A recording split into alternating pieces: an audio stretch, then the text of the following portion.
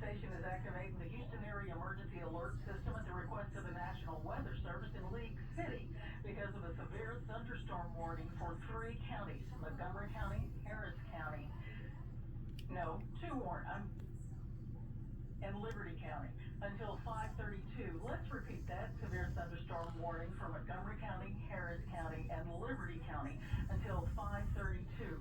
This concludes activation of the Houston Area Emergency Alert System.